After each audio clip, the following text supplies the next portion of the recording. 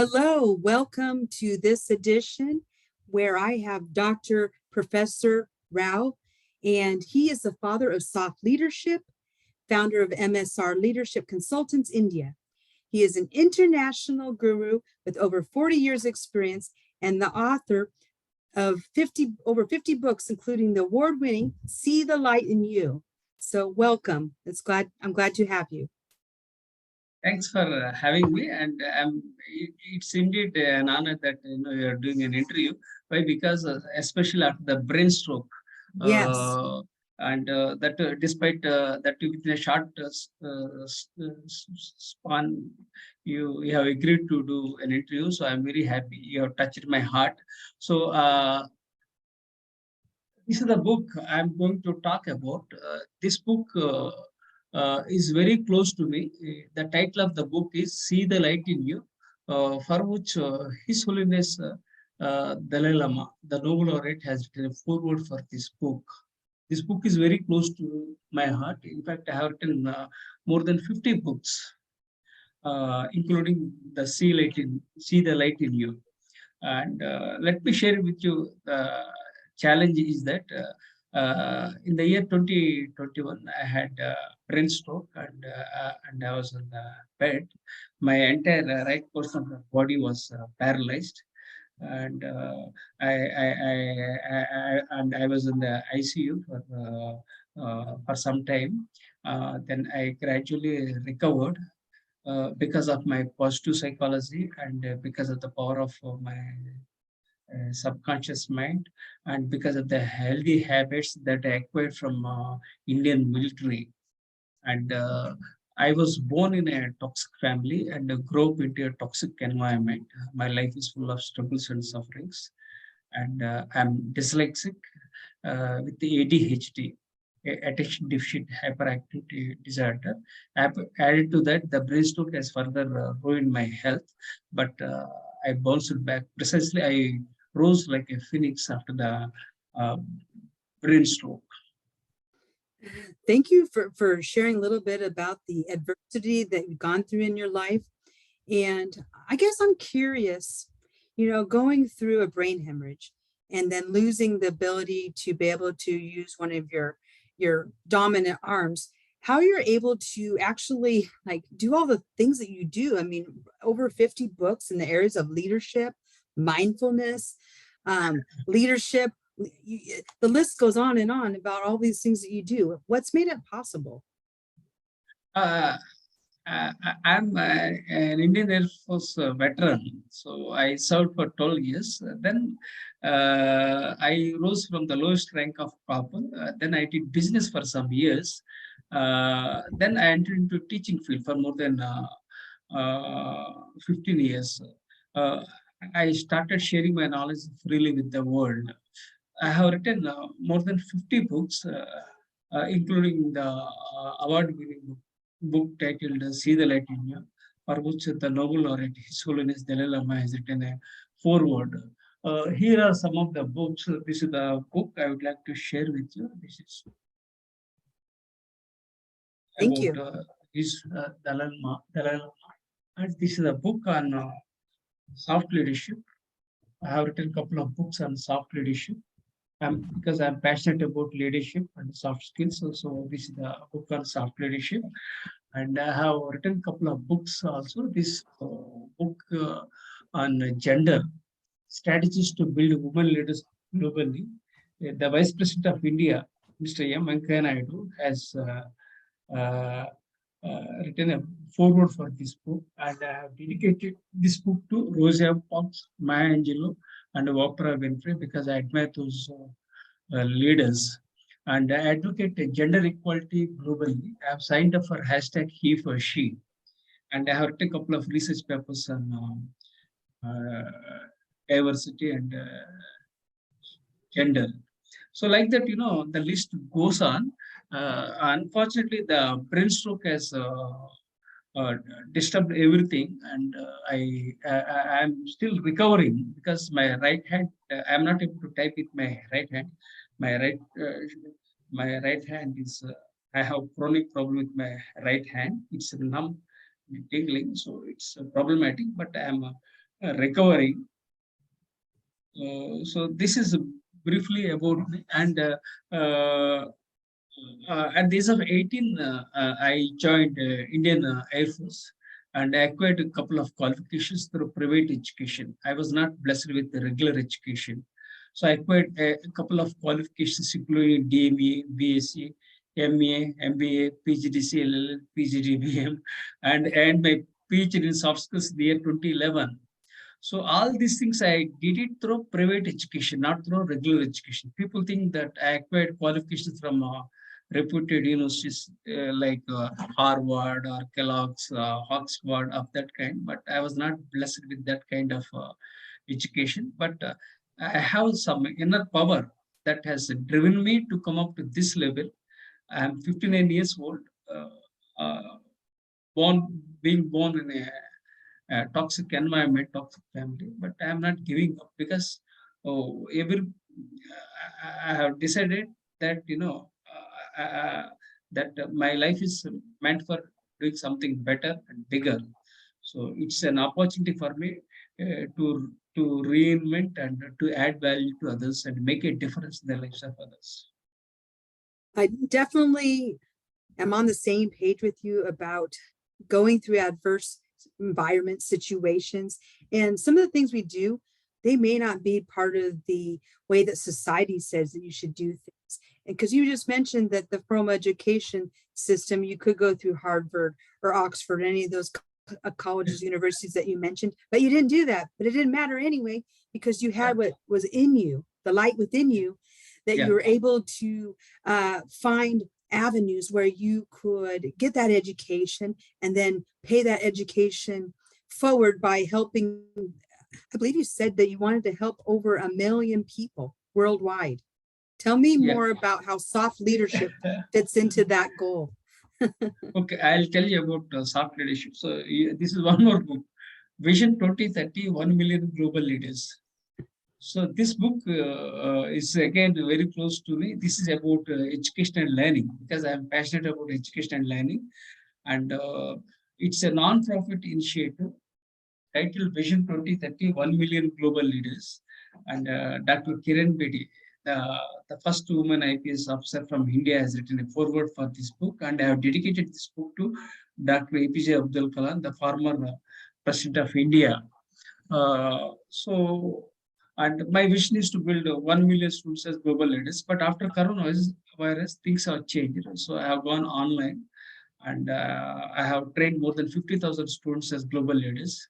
But after the COVID, things have changed, and again after the brain stroke, things have changed to the worst. But gradually, I am recovering. Now, coming to this soft leadership, which you are talking about, this book is about soft leadership, and this book is also very important. Why? Because the father of modern marketing, Philip Kotler, has written a foreword for this book. So this book is about soft leadership. Uh, Soft leadership is all about blending soft skills with leadership, because leadership is very close to my heart, and I have done research in soft skills for 4 years, and I have published a couple of books on soft skills. So I coined a new perspective, that is soft leadership. This soft leadership helps you achieve organizational excellence and effectiveness. And this soft leadership helps countries to achieve peace and prosperity. This is briefly about soft leadership, and this soft leadership is very much required, especially for young people. Millennials and centennials, they prefer working with colleagues, not with bosses. So the mindset has changed. So we need to change with the changing times and technology. So we must emphasize more about uh, soft soft leadership, not only now, in the future. I like that. I agree that the soft leadership, or having that emotional intelligence and really being able to connect with a person, is really important. And I would say the millennials out there, they're an up and coming group. They're going to enter the workforce. They're going to outnumber everyone else. And those are the individuals where I see as being able to use the soft skills in a way that maybe hasn't been done under traditional leadership. There's very much um, a thought that I want to do what I'm doing in my work that's meaningful, that I have purpose, that my contributions mean something. And the soft leadership allows you to have gratitude and thankfulness for their contributions. We value their family. We value the fact that they want to learn and grow. And so the soft skills have become even more so important, I think, with that up and coming generation. That's the way I view it. I come, sort of in the middle. I'm in that generation X, where we're a little bit in between the baby boomers, but we're not necessarily where the millennials are. We're kind of in the middle. And I honestly feel that one of the things that I have a strength in my leadership is the fact that I employ those soft skills every day in the work that I do. And what's really nice about the teams that I'm leading, because I use those skills and lead with those, I'm able to impact the teams in a more powerful way than I would if I was using my authority, or if I was using more of a results only type of attitude. My attitude is, let's see what we can do to learn and grow with each other. Let's appreciate all of the differences that each member brings to the team, because you can't really lead thinking that as the leader that everyone should be looking up to you. No, the leader has trust in their teams, and they allow their teams to have the autonomy to choose when, where, and how the work is done.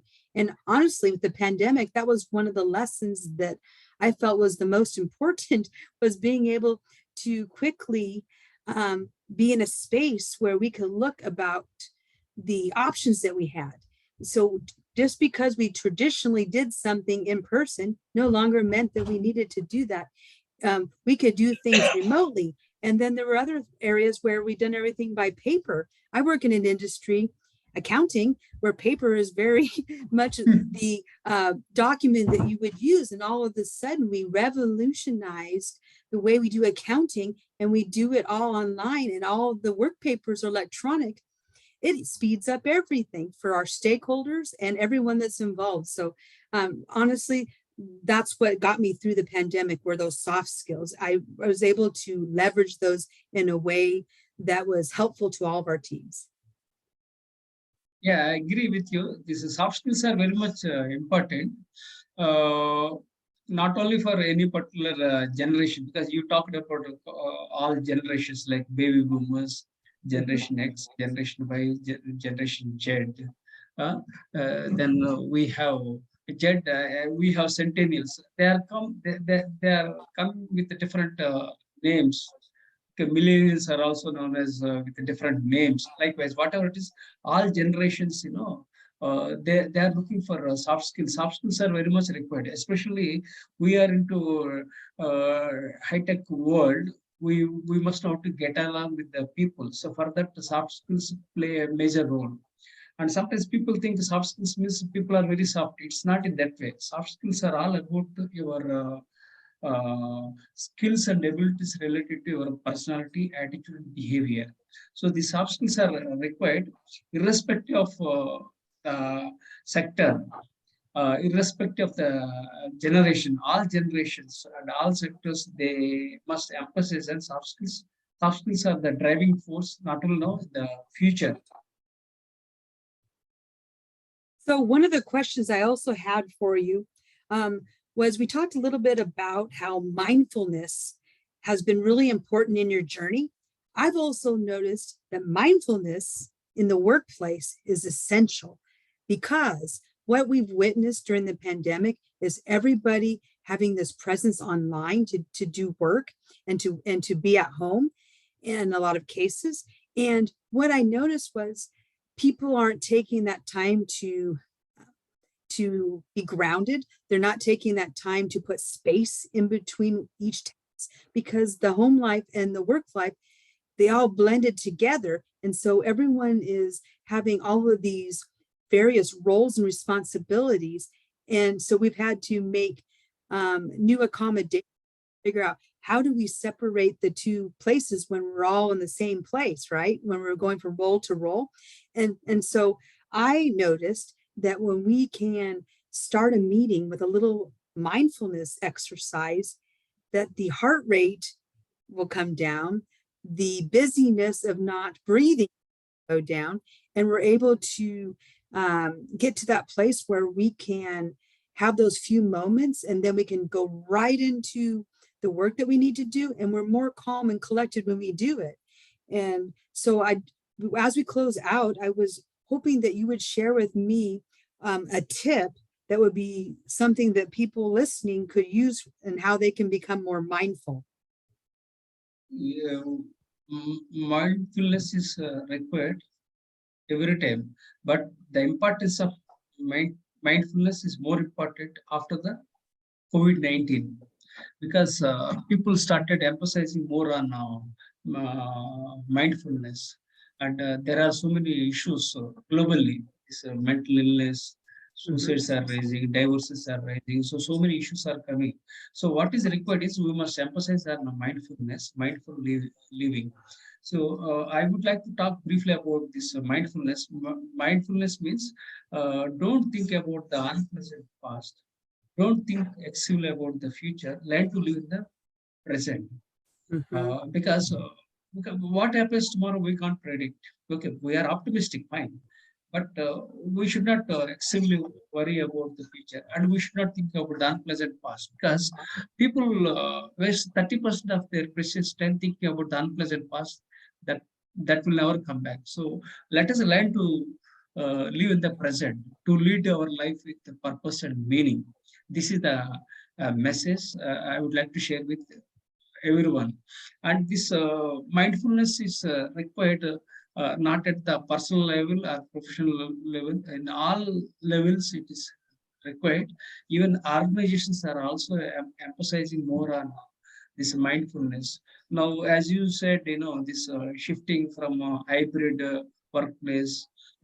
Previously, people were working by going to offices. Now things have changed after the COVID.